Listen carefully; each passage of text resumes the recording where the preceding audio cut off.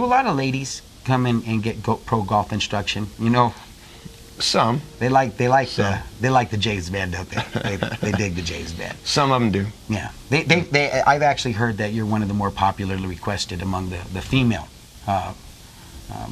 golfers. I'd say. Really? Actually, they've actually refused to go with some of the other pros. And now, when they say pro, that in no way is indicative of any type of other illicit behavior, correct? Something. Sorry, you threw me off there. I noticed that you and Davis were out there just playing around with the clubs, chipping the ball, and you were catching it. What's the purpose of that training? You know, actually, he can chip. He has some talent, some kind of the short game in golf. Right now, he has some difficulty to flying over the ball. Chip over the obstacles like bunkers and fairway bunkers. So I'm trying to teach him how to lob the ball over the bunker or over the obstacles, and then land the green softly so that it doesn't roll that much. So that's what we practiced yesterday. He chipping the ball and I catch the ball. Yeah, you want to tell him, and it's, in keeping consistent with lobbing the ball, it's important not to go to sleep. And that's kind of an old saying, and there's an American expression, don't fall asleep on the lob. So, okay, no, that's a horrible pun. But really, aren't they all horrible puns? I've no time to wait for the sun to come, dry up all of my You should stand against them when they're teeing off. Oh, I know what I'm doing.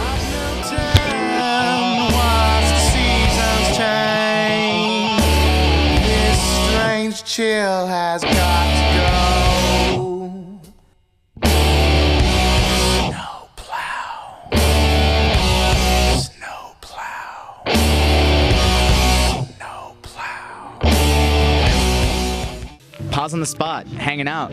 I got my girl here. What's her name? Giovanna. Giovanna. Is it okay if we use you for TV? Yeah, sure. Yay. Patrick. All right, so Giovanna and Patrick. All right. Pause on the spot, interviewing Giovanna and Patrick here. So what do you guys think of a 7-year-old golfer teaching a legally blind man how to golf?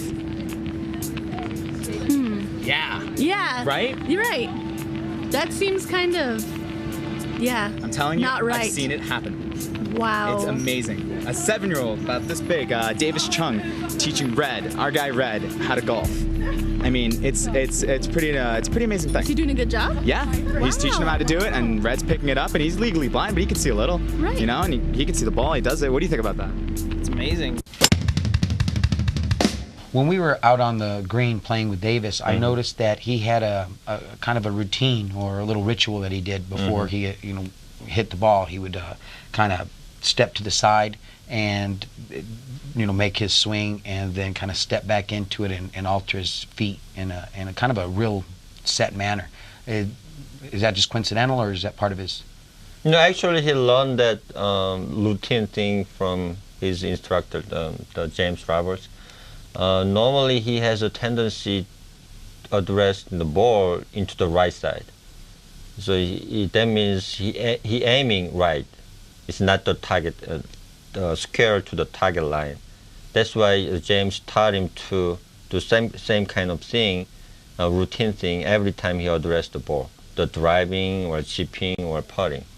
So it's kind of learning process. Really? I was a martial artist from years back, and that sounds very similar to a technique, where we would learn a set routine in order to kind of, when the opportunity came to apply it, you wouldn't even think about it, because you'd practiced over. Is that? Yeah, that's kind of things. It's make him do same thing every time he addressed the ball. He kind of feels more comfortable. Okay. Sure. So what kind of martial arts? I do taekwondo and kendo and then judo.